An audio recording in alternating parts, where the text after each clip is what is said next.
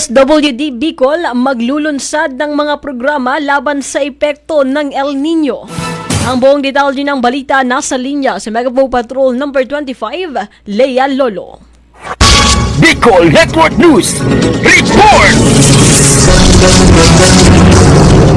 Nagdaos ng online conference ang Department of Social Welfare and Development Bicol upang talakay ng mga detalye ng implementasyon ng mga proyekto tulad ng Project Lawa at Binhi.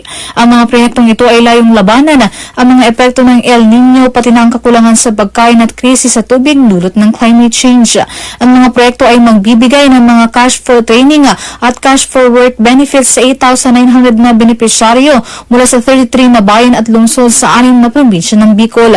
Inaasahan na magsisimula ang implementasyon sa huling linggo ng Pebrero taong 2025. Bukod dito, noong 2024 naging matagumpay ang unang phase ng mga proyekto kung saan 4,772 na benepisyaryo mula sa mga probinsya ng Catanduanes, Masbate at Sorsogon ang nakinabang. Sa ilalim ng proyektong ito na itayo ang 38 water facilities kabilang ng 12 small farm reservoir at 26 na balon na may kabuoang kapasidad na makapagbigay ng 72,605 cubic meters ng tubig. Kaugnay nito na itiyo rin ang 145 community gardening sites na may kabuoang sukat na 105,116 square meters upang matulungan ang mga komunidad sa kanilang pangangailangan sa pagkain. Samantala, ang mga programang ito ay bahagi ng patuloy na pagsisikap ng DSWD Bicol upang matulungan ang mga Bicolano sa pagharap sa mga epekto ng El Nino at iba pang krisis na dulot ng pagbabago ng klima. Para sa Bicol Network News, ito sa Megapo Patrol number 25, Lea Lolo, tatak tunay na serbisyo.